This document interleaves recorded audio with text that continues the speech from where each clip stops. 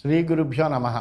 గురుర్బ్రహ్మ గురుర్విష్ణు గురుర్దేవో మహేశ్వర గురు సాక్షాత్ పరం బ్రహ్మ తస్మై శ్రీ గురవే నమ.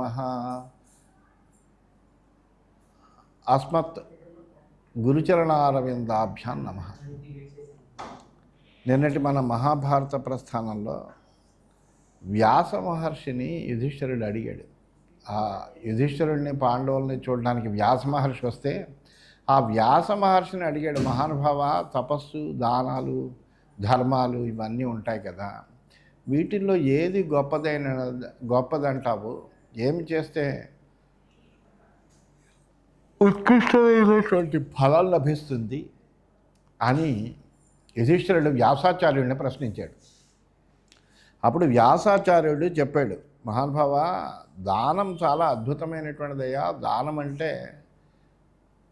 ధనంతో సంబంధం కలిగి ఉంటుంది. అది ధనం సంపాదించడానికి మానవుడు చాలా కష్టాలు పడతాడు.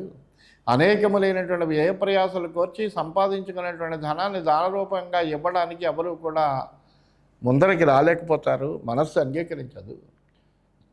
అందువలన ప్రియముగా భక్తితోటి దానం ఇవ్వాలి అనేటువంటి కోరికతోటి ఆ ధనం మీద ఇచ్చ లేకుండా దానం ఇవ్వడం అనేటువంటిది ఒక దుష్కరతరమైనదని నా అభిప్రాయము. అందువలన దానం గొప్పదయ్యా. అయితే ఇక్కడ ఒక విశేషాన్ని మటుకు తెలుసుకోవాలి.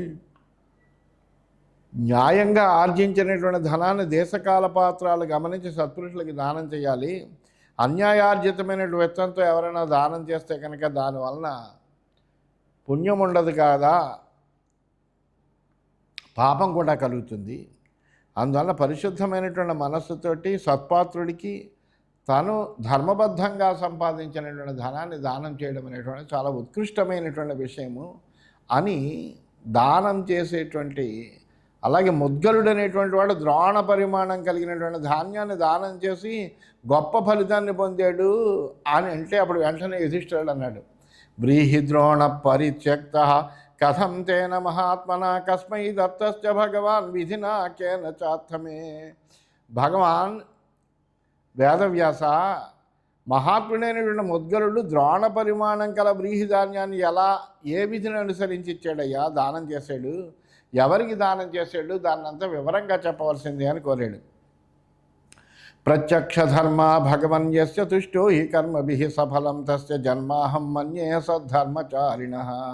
ధర్మాన్ని ప్రత్యక్షంగా చూసి తెలుసుకోగలిగినటువంటి భగవంతుడు ఎవరు చేసినటువంటి పనుల వల్ల సంతుష్టి అవుతాడో ఆ సద్ధర్మచారి యొక్క జన్మ సఫలమని నేను అనుకుంటున్నాను, అందుకని ఆ వృత్తాంతాన్ని తెలియజేయవలసింది అని యుధిష్ఠిరుడు అడిగితే అప్పుడు వ్యాసాచార్యుడు చెబుతున్నాడు, శిలోంచ వృత్తిర్ధర్మాత్మ ముద్గల సంయతేంద్రియ ఆసీద్రాజన్ కురుక్షేత్రే సత్యవాగనసూయక. ఓ రాజా, జితేంద్రియుడు సత్యవాక్కు అయినటువంటి ధర్మాత్ముడైనటువంటి ముద్గలుడు అనేటువంటి ఒక మహర్షి ఉన్నాడయ్యా. అతడు కురుక్షేత్రంలో శిలోంచ వృత్తి చేత జీవిస్తూ ఉండేవాడు. ఈ శిలోంచ వృత్తి అంటే అసలు ఉంచ వృత్తి అంటే పొలంలో ధాన్యాన్ని అంతా తీసుకుపోయిన తర్వాత రాలినటువంటి గింజల్ని ఏరుకుంటూ తన జీవికని సమాప్తం చేసుకుంటూ తన జీవికకు కావలసినటువంటి ఆ ఆహారాన్ని దాని వలన మాత్రమే పొందేటువంటి వాడు ఉంచవృత్తితో జీవించేవాడు. ఇంకా కంకుల్ని ఏరుకోవడాన్ని శిలావృత్తి అంటారు. అటువంటి శిలోంచ వృత్తితో జీవించేవాడయ్యా. అతిథి వ్రతి క్రియవాన్స్త కాపోతి మృత్తిమాస్థిత సత్రమిష్టి కృతన్నామ సముపాస్తే మహాతపా సపుత్రదారో హి ముని పక్షాహారో బభూవ కపోత వృత్యా పక్షేణ వీహి ద్రోణముపార్జయత్. అతడు అతిథి సేవను చాలా వ్రతంగా ఆచరించేవాడయ్యా. కర్మనిష్ఠుడు, కపోత వృత్తిని ఆశ్రయించాడు. ఆ మహాతపస్వి ఇష్టీకృతమైనటువంటి ఒక యజ్ఞాన్ని చేస్తూ ఉండేవాడు. కపోత వృత్తిని అనుసరించి పక్షంలో ద్రోణ పరిమాణం కలిగినటువంటి వ్రీహి ధాన్యాన్ని సంపాదించేవాడు. ద్రోణ పరిమాణము అంటే 16 శార్ల గింజలు అని కొంతమంది దానికి ఒక పరిమాణాన్ని తెలియజేశారు. అందువల్ల అటువంటి ధాన్యాన్ని సంపాదించేవాడు. పావురము గింజ ఏరినట్టుగా ఒక్కొక్క గింజను ఏరి పక్షంలో ఒక ద్రోణం నిండుగా ధాన్యాన్ని సంపాదించేవాట. భార్యాపుత్రులతో కలిసి ఆ ముని పక్షంలో ఒక్కసారి మాత్రమే ఆహారం తీసుకునేవాడు, అంతేకాని ప్రతిరోజు ఆహారం స్వీకరించేవాడు కాదు. దర్శంచ పౌర్ణమాసంచ కుర్వన్ విగతమత్సర దేవతాతిథి శేషేణ కురితే దేహయాపనం. మాత్సర్యం లేకుండా అతడు అమావాస్యకి పౌర్ణమికి కూడా యజ్ఞాలు చేస్తూ దేవతలకి అతిథులకి సమర్పించి శేషించినటువంటి అన్నంతో జీవనం గడిపేవాడయ్యా. తస్యేంద్ర సహితో దేవై సాక్షాత్ త్రిభువనేశ్వర ప్రత్యగృహ్ణన్ మహారాజా భాగం పర్వణి పర్వణి. ముల్లోకాలకి అధిపతి అయినటువంటి ఇంద్రుడు దేవతలతో పాటు ప్రతి పర్వంలోనూ కూడా అతని యజ్ఞంలో భాగాన్ని స్వయంగా గ్రహిస్తూ ఉండేవాడు. వచ్చి స పర్వకాలం కృత్వా తు మునివృత్యా సమన్విత అతిథిభ్యో దదావన్నం ప్రహృష్టేనాంతరాత్మన. అంతేకాకుండా ముద్గల మహర్షి మునివృత్తిని అవలంబించి పర్వకాలంలో ఉచితమైనటువంటి కర్మలు ఏవైతే ఉన్నాయో, అలాగే దర్శ పౌర్ణమాస యజ్ఞాలు చేసి హర్షోల్లాసాలు నిండినటువంటి హృదయంతో ఆనందంగా అతిథులకు అన్నం పెడుతూ ఉండేవాడు. బ్రీహిద్రోణస్య తథ్యస్య దదతోన్నం మహాత్మన శిష్టం మాత్సర్యహీనస్య అబద్ధతే అతిథి దర్శనాత్. ఆ మాత్సర్యహీనుడైనటువంటి ఆ మహాత్ముడైన ముద్గలుడు ద్రోణ పరిమాణం కలిగినటువంటి వ్రీహిధాన్యంతో వండిన అన్నాన్ని ఒక అతిథికి సమర్పించేవాడు. రెండవ అతిథిని ముద్గలుడు చూడగానే మిగిలిన అన్నం అంతా వృద్ధి పొందుతూ ఉండేది దానంతట అదే. తశతాన్యభిభుంజంతి. ఆ విధంగా అతను వండినటువంటి అన్నం అక్షయమయ్యేది. దాంతో ఎంతమందికైనా భోజనం పెట్టేవాడు. తచ్చతాన్యభిభుంజంతి బ్రాహ్మణానాం మనీషిణాం మునే త్యాగ విశుద్ధ్యాతు తదన్నం వృద్ధిమిచ్చతి. ఆ విధంగా అన్నాన్ని బ్రాహ్మణులు 100 మంది దాకా వచ్చిన వాళ్ళకి పెడుతూ ఉండేవాడు, వాళ్ళు తింటూ ఉండేవారు. ముని యొక్క విశుద్ధమైనటువంటి త్యాగబుద్ధి అయితే ఉందో ఆ త్యాగబుద్ధి వలనే వండినటువంటి అన్నం వృద్ధి పొందుతూ ఉండేది, అక్షయమయ్యేది. తంతు శుశ్రావధర్మిష్టం ముద్గలం సంశితవ్రతం దుర్వాసాన్ రూపదిగ్వాసా తం అధాభ్యాజగామ. ఆ దిగంబరంగా తిరిగేటువంటి దూర్వాసుడైనటువంటి మహర్షి ఒకడు ధర్మిష్ఠుడైనటువంటి ముద్గలుని యొక్క ఉత్తమ వ్రత నియమం గురించి విన్నాడు. విని అతని దగ్గరికి వచ్చేట్లు ఒకసారి బిభ్రచ్చానియతం వేషం ఉన్మత్తైవ పాండవ విగత పురుషావాచో వ్యాహరన్ వివిధాముని. పిచ్చివాడి వలె అస్తవ్యస్త వేషంతో బోడితలతో రకరకాలైనటువంటి పరుషవాక్యాలు పలుకుతూ ఉన్నాడు ఆ దూర్వాసుడు. అభిగమ్యాధతం విప్రంబువాచ ముని సత్తమాన్నార్జనమనుప్రాప్తం విద్ధిమాన్ ద్విజసత్తమ. అటువంటి ఆ దూర్వాసుడు అతన్ని సమీపించి ఆ విప్రుడితో ఈ విధంగా అన్నట్ట, ద్విజోత్తమ, నేను అన్నార్జునే ఇక్కడికి వచ్చానని తెలుసుకో అన్నట్ట. స్వాగతంతే స్మృతి ముని ముద్గల ప్రత్యభాషత పాద్యమాచమనీయంచ ప్రతిపాద్యార్ఘ్యముత్తమం ప్రాదాత్స తాపసాయాన్నం క్షుదితాయ అతిథివ్రతి మున్మత్తాయ పరాం శ్రద్ధామాస్థాయ సధృతవ్రత తతస్తదన్నం రసవత్సయే వక్షుదయాన్విత భుభుజే కృష్ణమున్మత్త ప్రాదాత్తస్మై చ ముద్గల. వెంటనే ముద్గలుడు వినయంతో ఆయన దగ్గరికి వెళ్ళి నమస్కారం చేసి, మహర్షి మీకు స్వాగతం, ఈ పాద్యాన్ని అర్ఘ్యాన్ని ఆచమనయాన్ని స్వీకరించండి అని ఇచ్చాడు. ధృతవ్రతుడు అతిథివ్రతి అయిన వ్రతుడు ఆకలితో ఉన్మత్తుడైనటువంటి ఆ తాపసికి చాలా శ్రద్ధగా అన్నం పెట్టాడు. ఆ అన్నం చాలా రుచిగా ఉంది. అతడేమోను క్షుధార్తుడే ఉన్నాడు. చూడండి చిత్రము, ఆకలి రుచి అరగదంటారు. అసలు క్షుధార్తుడైనటువంటి వాడికి ఏం పెట్టినా కానీ రుచి తెలియదు, కానీ చాలా రుచిగా ఉంది ఆ అన్నము. ఆ ఉన్మత్తుడు ఏం చేశాడంటే ఆ రుచిగా ఉండే ఆహారము, పైగా తాను క్షుధార్తుడై ఉన్నాడు, మొత్తం అంతా తినేశాడు. ముద్గలుడు ఇతనికి ఇంకా పెట్టాడు. భుక్త్వాచారణం తతసర్వం ఉచ్చిష్టేనాత్మనస్వత అథాంగం లిలిపే అన్నేనా యథాగతమగాత్య సహా. అతడు ఏం చేశాడంటే కడుపు నిండా అన్నం తిని ఎంగిలి అన్నం తన శరీరం అంతా పూసుకున్నాడు. తర్వాత ఎలా వచ్చినవాడు అలా వెళ్ళిపోయాడు. ఏవం ద్వితీయే సంప్రాప్తే యథాకాలే మనీషిణ గమ్య భూజే సర్వం అన్నముంచోపజీవిన. ఆ రీతిగానే తర్వాత పర్వదినం రాగానే ఊంచవృత్తితో జీవించేటువంటి ఆ ముద్గలుడి వద్దకు ఆ మనిషి మళ్ళీ వచ్చి సరైనటువంటి సమయానికి వచ్చి అతను అన్నాన్ని అంతటి తినేశాడు. నిరాహారస్తు సముని ఊంచమార్జయితే పునః నచైనం విక్రియాం నేతుమ్మశకన్ ముద్గలం క్షుధా. నిరాహారుడైనటువంటి ముని తిరిగి ఊంచవృత్తిని అనుసరించి గింజలేరి పోగు చేయడం మొదలుపెట్టాడు. ఆకలి ముద్గనుల్లో వికారం కలగజేయడానికి ఎంత మాత్రమో సమర్థం కాలేకపోయింది. ఎందుకంటే అతని యొక్క నిష్ఠ అటువంటిది.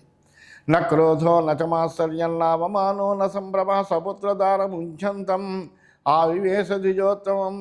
భార్యాపుత్రులతో కూడి ఉంచవృత్తి చేసుకుంటున్నటువంటి ఆ ద్విజోత్తముల్ని క్రోధం కానీ, ఆశ్చర్యం కానీ, అవమానం కానీ, సంభ్రమం కానీ ఆవేశించలేదు. అంత క్షుధార్థుడై ఉన్నప్పటికీ కూడా తథా తముంచ ధర్మాణం దుర్వాస మునిసత్వోపదస్తే యథాకాలం షట్కృత్వ కృత నిశ్చయ.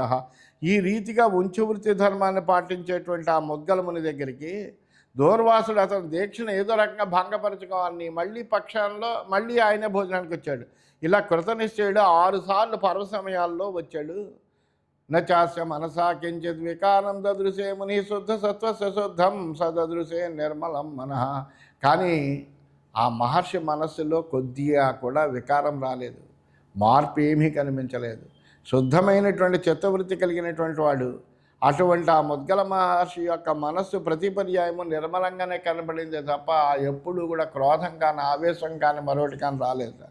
తమువాచ తత ప్రీత సమునిర్ముద్గలం తత త్వస్సమో నాస్తి లోకేస్మిన్ దాతామాశ్చర్యవర్జిత. అప్పుడు ఆ దూర్వాసుడు ప్రీతి పొందాడు. అబ్బా, ఈ ముద్గలుడు ఎంత నిష్ఠాగరిష్ఠుడో కదా, ఎంత శాంత స్వభావో కదా అనుకున్నాడు. అనుకుని ముద్గల మహర్షితో అన్నాడు, మాత్సర్యం విడిచిపెట్టినటువంటి నీ వంటి దాతతో సమానమైనటువంటి వాడు ఈ లోకంలో లేడయ్యా. సాధారణంగా ప్రతివాడికి మాత్సర్యం ఉంటుంది, కానీ నీకు లేదు. అందువలన నీ అంత గొప్పవాడు లేడు. క్షుద్ధర్మ సంజ్ఞాం ప్రణుదతి ఆదత్తే ధైర్యమేవచ రసానుసారిణి జిహ్వా ఆకర్షత్యేవ రసాన్ ప్రతి. ఆకలి అనేటువంటిది ఏంటంటే జ్ఞానాన్ని నశింపచేస్తుంది, ధర్మజ్ఞానాన్ని పూర్తిగా నశింపచేస్తుంది. ధైర్యాన్ని, మనలో ఉండేటువంటి ధైర్యాన్ని అంతా హరిస్తుంది. పైగా రుచులు కోరుకునేటువంటి నాలుక రుచుల కోసం ఎప్పుడూ కూడా వెంపర్లాడుతూ ఉంటుంది. ఎందుకంటే దాని యొక్క ఆ ధర్మం అది, ఇంద్రియ ధర్మం అది, ఆ రసన ధర్మం. అందువల్ల కానీ నువ్వు ప్రాణధర్మమైనటువంటి క్షుత్తులు జయించావు, ఇంద్రియ ధర్మమైనటువంటి రసనని జయించావు నువ్వు. ఆహార ప్రభవ ప్రాణాహమనోదిర్నిగ్రహం చలం మనసస్థేంద్రియాణం చాప్యైకాగ్రం నిశ్చితం తపః. ఈ ప్రాణాలు దేనివల్ల నిలుస్తాయి? ఆహారం వల్ల నిలుస్తాయ్యా. చంచలమైనటువంటి మనస్సును అరికట్టడం అనేటువంటిది చాలా కష్టమైనటువంటి పని. అది మనస్సును, ఇంద్రియాలని ఏకాగ్రం చేయడం అనేటువంటిదే తపస్సు అని నిశ్చయంగా చెప్పబడింది. శ్రమేణోపార్జితం త్యక్తుం దుఃఖం శుద్ధేన చేతసా తత్సర్వం భవతా సాధో యథావధోపాదితం. శ్రమపడి సంపాదించినటువంటి దాన్ని నిర్మల చిత్తంతో దానం చేయడం అనేటువంటిది చాలా కష్టము. కానీ నువ్వు చాలా సజ్జనుడు అయ్యా, అదంతా నువ్వు యథార్థంగా సాధించావు. ప్రీతాస్మానుర్గృహీతాశ్చ సమేత్య భవతా సహా ఇంద్రియాభిజయో ధైర్యం సంవిభాగో దమశ్రమ దయా సత్యం చ ధర్మశ్చ త్వయి సర్వం ప్రతిష్ఠితం విశుద్ధ సత్వసంపన్నో నత్వదన్యోస్తి కశ్చన జితాస్తే కర్మభిర్లోకా ప్రాప్తోసి పరమాంగతిం. మేమందరము చాలా సంతోషించామయ్యా, నిన్ను కలుసుకొని నీ అనుగ్రహం పొందినట్లుగా మేము భావిస్తున్నాం. ఇంద్రియ నిగ్రహము, ధైర్యము, దేవతలకు అతిథులకి దానం చేయడము, దవము, శమము, దయ, సత్యం, ధర్మం అన్ని గుణాలు నీ యందు పుష్కలంగా ఉన్నాయి. నీ వంటి నిర్మలమైన అంతఃకరణం కలిగినటువంటి వాడు మరొకడు లేడు నాన్న. నీవు నీ పుణ్యకర్మల చేత లోకాలన్నీ జయించావు, పరమపదాన్ని పొందావు. అహోధానం విభుష్టం తే సుమః స్వర్గవాసివి సశరీరో భవాన్ గంతా స్వర్గం సుచరిత వ్రత. స్వర్గంలో ఉండే దేవతలు కూడా నీ దాన మహిమని ఎలుగెత్తి చాడుతున్నారయ్యా. నువ్వు సశరీరంతో స్వర్గానికి వెడతావు, అందులో ఏమీ సందేహం లేదయ్యా అన్నాడు. ఇత్యేవం భరతస్తస్య తదా దుర్వాససో మునేః దేవదూతో విమానేన ముద్గలం ప్రత్యుపస్థితః. దూర్వాసమని ఇలా అంటూ ఉండగానే వెంటనే మహర్షుల యొక్క మాటలు సత్యాలు అవుతాయి. అందువలన వెంటనే ఒక దేవదూత విమానాన్ని తీసుకుని ముద్గలుడి దగ్గరికి వచ్చాట. హంససారసయుక్తేన కింకిణీ జాలమాలిన కామగేన విచిత్రేణ దివ్య గంధవత తథా. ఆ విమానానికి హంసలు, బెగ్గులు పక్షులు కట్టబడి ఉన్నాయట. చిరు మువ్వల మాలికలన్నీ అలంకరింపబడ్డాయి. దివ్యమైనటువంటి సువాసనతో కామగమనం కలిగినటువంటిది చాలా విచిత్రంగా భాషిస్తుంది. ఉవాచ చైనం విప్రశ్యం విమానం కర్మభిర్జితం సముపారోహ సంసిద్ధిం ప్రాప్తోసి పరమాం మునే. ఆ దేవదూత బ్రాహ్మణుడి అయినటువంటి ఉత్తముడైనటువంటి మహర్షి అయినటువంటి మొద్గలుడితోటి ఈ విధంగా అన్నట్టు, ఓ మహర్షి, నువ్వు చేసినటువంటి పుణ్య కర్మల చేత ఈ విమానాన్ని పొందగలిగేవయ్యా, దీన్ని ఎక్కువ నువ్వు పరమగతిని పొందావు అన్నట్టు. తమేవం వాదినం ఋషి దేవదూతం వాచ ఇచ్చామి భవతా ప్రోక్తాన్ గుణాన్ స్వర్గ నివాసినాం కే గుణాస్తత్ర వసతాం కింత పక్కస్త నిశ్చయ స్వర్గే తత్ర సుఖం కించ దోషో వా దేవదూతక. అలా అన్నటువంటి దేవదూతని అన్న మాటలు విన్నాడు. వెంటనే ముద్గల మహర్షి ఈ విధంగా ప్రశ్నించట, మహానుభావ, స్వర్గంలో నివసించేటువంటి వాళ్ళ యొక్క గుణాలు ఎలా ఉంటాయ్యా? వాటిని నువ్వు చెప్తే వినాలనుకుంటున్నాను. అక్కడ నివసించేటువంటి వాళ్ళ గుణాలు ఏమిటి, వాళ్ళు ఎటువంటి తపస్సు చేశారు, వాళ్ళ యొక్క నిశ్చయాలు ఎలా ఉంటాయి, ఆ స్వర్గంలో సుఖం ఏమిటి, అందులో ఉండే దోషం ఏమిటి అని అడిగేట. సతాం సాప్తపదం మైత్రం మాహుస్సంతక్కులోచితా మిత్రతాంచ పురస్కృత్య పృచ్ఛామి త్వామహం విభో. ఓ ప్రభు, సత్పురుషుల యొక్క సఖ్యం సాప్తపదీనమన్నారు. సతాం సంగతం సాప్తపదీనముచ్యతే అని చెప్పబడింది. కాళిదాసు కూడా ఈ మాటని ఉదహరించాడు. సజ్జనుల మధ్యన ఈ సాంగత్యం అనేది కేవలము 7 మాటలు ఉచ్చరించినంత మాత్రమే కలుగుతుందమ్మా అని పరమేశ్వరుడు మాయావటి వేషంలో వచ్చి పార్వతీదేవితో చెప్పాడు. ఆమెను పరీక్షించడానికి వచ్చి, ఎందుకమ్మా వాణ్ణి పెళ్లి చేసుకుందుకు ఇష్టపడుతున్నావు, ఏముంది ఆయన నీ దగ్గర అని అక్కడ మాయావటు రూపంలో వచ్చి ఆ పార్వతీదేవిని ప్రశ్నిస్తూ ఉంటాడు. అప్పుడు అన్నాడు, నీతోటి ఈ మాటలు మాట్లాడడానికి నాకెంతటి ధైర్యం ఎందుకు వచ్చిందంటే, అంత క్రితం అడిగాడు, అమ్మా కులాసాగా ఉన్నావా, నీ తపస్సు బాగా జరుగుతుందా, నీకు ఏ విధమైనటువంటి బెంగా లేకుండా ఉందా, ఇక్కడ అన్ని సమిధులు దర్భలు అన్నీ బాగా దొరుకుతున్నాయా, ఏ విధమైన తపస్సుకి విగ్రహం కలిగించేటువంటి అంశాలు ఏమీ ఇక్కడ లేవు కదా, నువ్వు ఇంతటి శరీర సౌందర్యంతో ఉండేవు, యవ్వనావస్థలో ఉన్నావు, అటువంటి దానవు నువ్వు ఇంత కష్టమైనటువంటి ఈ తపస్సుని ఎందుకు ఎన్నుకున్నావు అని ఇటువంటి ప్రశ్నలన్నీ వేసి, అసలు ఈ తపస్సు చేయడానికి గల కారణం ఏమిటి, రహస్యం కాకపోతే నాకు చెప్పు, ఎందుకంటే సజ్జనుల మధ్యన సాంగత్యం ఎలా ఏర్పడుతుందంటే 7 మాటలు ఉచ్చరించినంత మాత్రాన్నే ఏర్పడుతుంది. నీతోటి నేను మాటలు మాట్లాడాను కాబట్టి నాకు నీతో మైత్రి కలిగినటువంటి వాడిగా నేను భావిస్తున్నాను. అందువలన నీ మనసులో ఉండేటువంటి ఉద్దేశం ఏంటి, ఎందుకు ఇటువంటి తపస్సు కష్టమయమైనటువంటి తపస్సును ఆచరిస్తున్నావు అని ప్రశ్నించినప్పుడు చెప్పాడు మాట. ఈ పదాన్నే, ఈ వ్యాసప్రోక్తమైనటువంటి ఈ వాక్యాన్ని ఆయన కూడా తన కావ్యంలో తీసుకున్నాడు. సతాం సాప్తపదం మైత్రం అనేది. అందువలన కాబట్టి మైత్రిని ఈ విధంగా చెప్తూ ఉంటారు కదా. అందువలన నేను అడుగుతున్నాను నిన్ను, యదత్ర తథ్యం పథ్యం చ తద్బ్రవీహ్య విచారయన్ శ్రుత్వా తథా కరిష్యామి వ్యవసాయం గిరాతవా. ఈ విషయంలో తథ్యం ఏంటి అంటే, సత్యమైన విషయం ఏంటి, హితకరమైనటువంటి విషయం ఏంటి, ఏ విధమైనటువంటి సంకోచం లేకుండా చెప్పవలసింది. నీ మాటలన్నీ విన్నాక దాన్ని బట్టి నేను నా కర్తవ్యం ఏమిటో అనేటువంటిది నేను నిశ్చయించుకుంటాను అని పాపము ఆ మొద్గలుడు అడిగాడు. ఆ దేవదూతని అడిగాడు, స్వర్గంలో నివసించేటువంటి వాళ్ళు ఎలా ఉంటారు, వాళ్ళ నియమాలు ఏంటి, వాళ్ళు విషయాలు ఏమిటో, అక్కడ ఉండేటువంటి సుఖాలు ఏమిటి, దుఃఖాలు ఏమిటి, ఇవన్నీ కూడా చెప్పవలసింది అని అడిగాడు. ఇది శ్రీమన్మహాభారతే వనపర్వణి బ్రీహిద్రౌణిక పర్వణి ముద్గలోపాఖ్యానే షష్ఠ్యధిక-ద్విశతమోధ్యాయ. ఈ విధంగా శ్రీమన్మహాభారతంలో వనపర్వంలో బ్రీహిద్రౌణిక పర్వం అనేటువంటి ఉపపర్వంలో వ్యాస మహర్షి పాండవులకు తన యొక్క దాన మహిమనంతటినీ చెబుతూ వ్యాసుడు ఆ మధ్యలో ఈ ఉపాఖ్యానాన్ని అందులో పెట్టి ఈ ద్రోణ పరిమాణం అనేటువంటి ధాన్యాన్ని దానం చేసేడు అనేటువంటి విషయం చెప్పడం వల్ల ఆ ధర్మరాజు అడిగితే దానికి సంబంధంగా ఈయన యొక్క ఉపాఖ్యానం చెబుతున్నాడు. అందువల్ల బ్రీహిద్రౌణిక పర్వం అనే ఉపపర్వంలో వ్యాస మహర్షి చెప్పినటువంటి విషయంలో 260వ అధ్యాయం ముగిసిందని తెలియజేస్తూ స్వస్తి.